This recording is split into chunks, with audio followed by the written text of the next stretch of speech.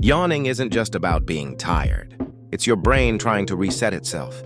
When you yawn, you pull in a deep breath, increase oxygen flow, and cool down your brain. A cooler brain works faster and stays more alert.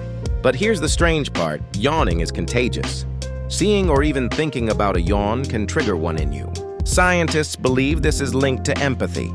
Your brain subconsciously syncs with people around you, especially those you feel connected to. That's why yawning spreads more among friends and family than strangers.